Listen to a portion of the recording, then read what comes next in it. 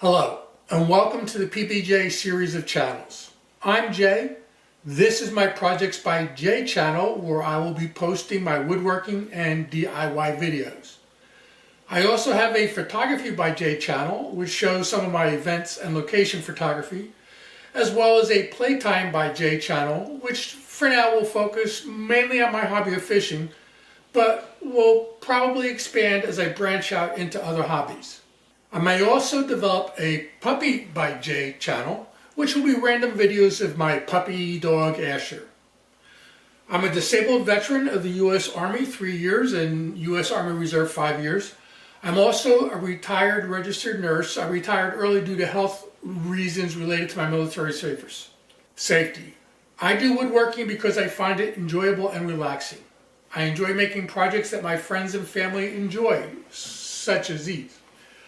I'm also planning on selling projects that I make, so look forward to me opening a store in the future. At this time, I'm new to video creation. I have no sponsorships or ads, and I'm hoping to replace some of my lost income through PBJ channels. You can help me do this by smashing that like button, subscribing to my channel, and clicking the notification bell so you are notified whenever I upload a new video. You can also share this video with your friends. And you can leave a comment. Doing all this will help spread my videos by feeding the video sharing services algorithms. I'm hoping to post videos anywhere from like weekly to monthly once I get my process down completely. This is my first completed video. It's a cherry shelf with wood burn accents that looks something like this. This shelf is a joint project between my wife and I. My wife did the wood burning, which I will discuss further in the video. I asked if I could record her doing the wood burning, but she's less than enthusiastic about the prospect of being in a YouTube video, so there's that. This is a lengthy video including the introductions and the reel. It lasts about an hour. My own wife can't tolerate listening to me for an hour, so I doubt you will either. So I've cut the completed video into segments roughly 10 to 15 minutes each. This is part 4 of 5. I hope YouTube does not slap a manipulation video label on me because it has been edited. Not to defraud the viewer, but because this video started as 4 hours long, and I also removed most of my ums as well. Since these videos use power tools, remember safety first, hearing protection, eye, vision protection, protection for your lungs, and your phone, just in case you have to call for help. Please don't forget to like, comment, subscribe, share, and click the notification thingy because it feeds the algorithms. I hope you enjoy the video.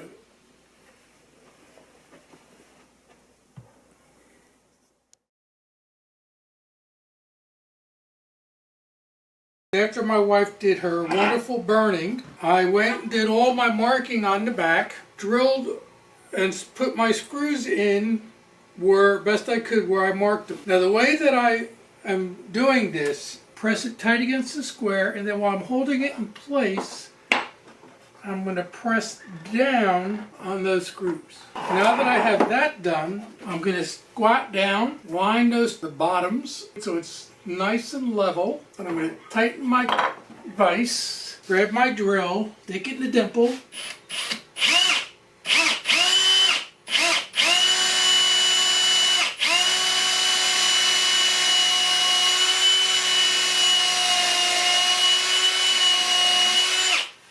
Now I am putting a little bit of a countersink there because if there's glue, I want the glue to have room to move and not get caught between the two pieces of wood. So there's just a little bit of a dimple to allow that to occur.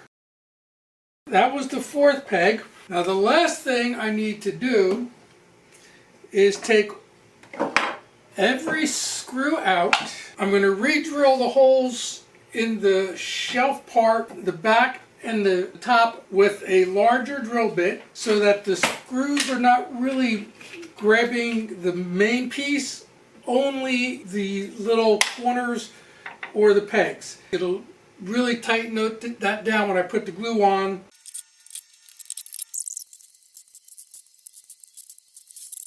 change this bit for the bigger bit. So I got all my holes drilled out. I don't have a drill bit that's perfect. I do have one that's a little bit oversized and it's too much oversized, and one that's slightly undersized, but it's only very, very slightly undersized. I'm going to go with the undersized. The only other thing I need to do before I start assembling is the keyholes for hanging purposes. And these are going to be start here and go up with that keyhole bit in my router. So I'm ready to start working on doing the keyholes. The easiest way to do this is with a jig and with my edge guide on my router. What I'm planning on doing is putting the jig on the top, putting the router on the bottom where I'll plunge it in, then push it up till the edge guide stops it, turn it off. When it stops running, I'll pull it back, lift it out, and that'll be my slot, and this will get me set up for uniform slots on both sides. I'm going to put a pencil line to the center of where the slot goes on both marks, and I'll have a center mark on my jig to line up. So I'll have the center of the bit. You'll see, it'll be just fine. I start by doing just a quick lining up of my router, hold it in place with some clamps, and I took a pen and drew an outline around where I am at this point. That's just so I have a rough idea where to put the glue. No sense in wasting glue. I'm going to take my cross piece, put it on here. I'm going to use a square to make sure that it is square. I'll take a couple of spring clamps, put them on here. Then I'm going to use my pin nailer. I've already checked to make sure that my pins will be small enough that they're not going to go all the way through and become a problem. I will wipe up the excess glue. Throw a couple nails in from the back as well. Now for the other side, line this up.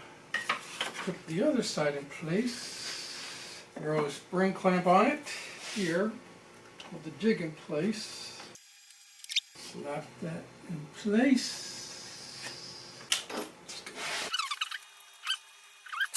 That should hold it enough where I can move it.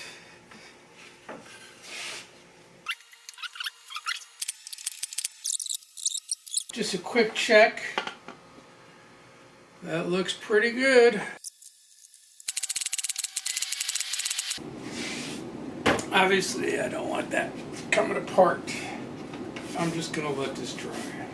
I am going to locate where I'm going to put keyhole for hanging. I've decided I'm going to do it at 16 inches on center, just the way studs typically are. I have this K-Pro ruler, set and match. It's a two-sided ruler. On this side, it goes from 0 to 32.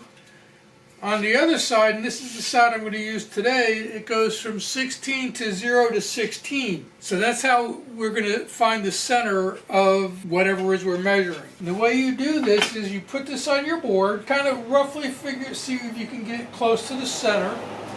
At this point, I've got 14 1/4, 14 1/2, so a little bit over, let's say 14 3/8, 14 3/8. So right now, this is the center of my board. So I'm going to take a pencil and mark my center. Now I want to go 8 inches on either side. For now, what I'm going to do is I'm just going to put a piece of painter's tape at the 8-inch mark on both sides.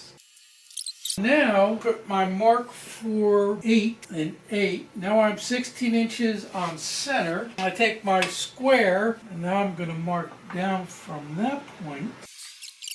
The way you do a line like this is you put your pen on your line, gently bring your square up to that point, and then strike your mark. If you attempt to put your square down or straight edge down on the mark and then make a line, you're going to be off. So now I know that I want to stop this approximately 1.5 inches from the top. This is 5/8 inches. Make it about 1 inch long. So I want this to stop at the 1.5 inch mark and start at the 2.5 inch mark. My router plate is 3.5 inches. So from center to top is 1 3/4 inches. So if I want to stop 1.5 inches from the top, I would actually have to be 1/4 inch past. So what I'm doing is the edge of my wood, and I don't want to go past the edge. So what I'm going to do instead is I'm going to stop it at the edge itself. I'll be 1 3/4 inches from the top, and I'll go 1 inch from there.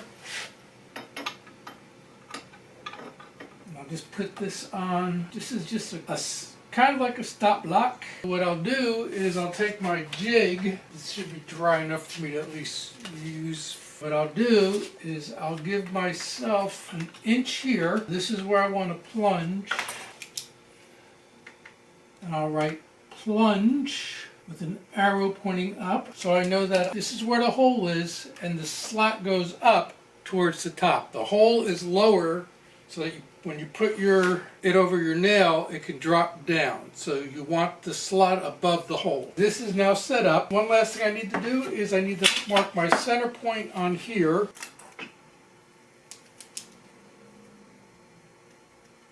When I line this up and clamp it, I'll put this along the edge of the line that I drew. Put a straight edge. I'll line up that mark. Put a clamp. I'll put a clamp on this side. Take the router. So I'll my router plate here. I will slowly plunge down until I'm in, and then I'll push it forward, turn it off, wait till it spins down, come back to my plunge mark, and then just lift the router out. I really don't want to mar the surface. I put a rag down, some wood, my cherry. I got my hold down. I'm going to hold it in place. I've got my bit inside my router. Then I looked at my bit and I noticed the cutting edge on the thinner flute does not go all the way down to the bottom. So I did want to make sure that my cutting flute is going to cut wood and not end up bottoming out, causing a problem. So that is set. I want to set my speed to above medium. I've got some lines on my wood and on my template. I'm going to line this up. I've written the word plunge with the line. These get clamped in place with the spring clamp. And it's right on that line. So I'm going to grab my hearing protection and my breathing protection. I'm going to start here with my router lined up with my marks. I'm going to plunge it and then go forward with it. And I'm going to do it again on this side. And if it doesn't work well, you're going to hear me cry. Okay.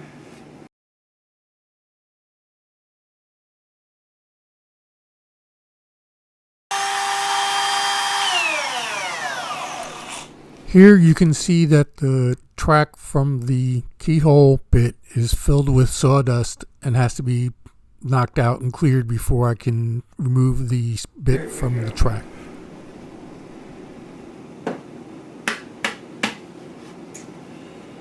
Is that a perfect keyhole? So there's the place for the head of the screw. Actually, I'm going to get a screw. So the screw's in the wall. Drop it in and down, and that's what holds it in place. So just going to put it out. And make one more on the other side.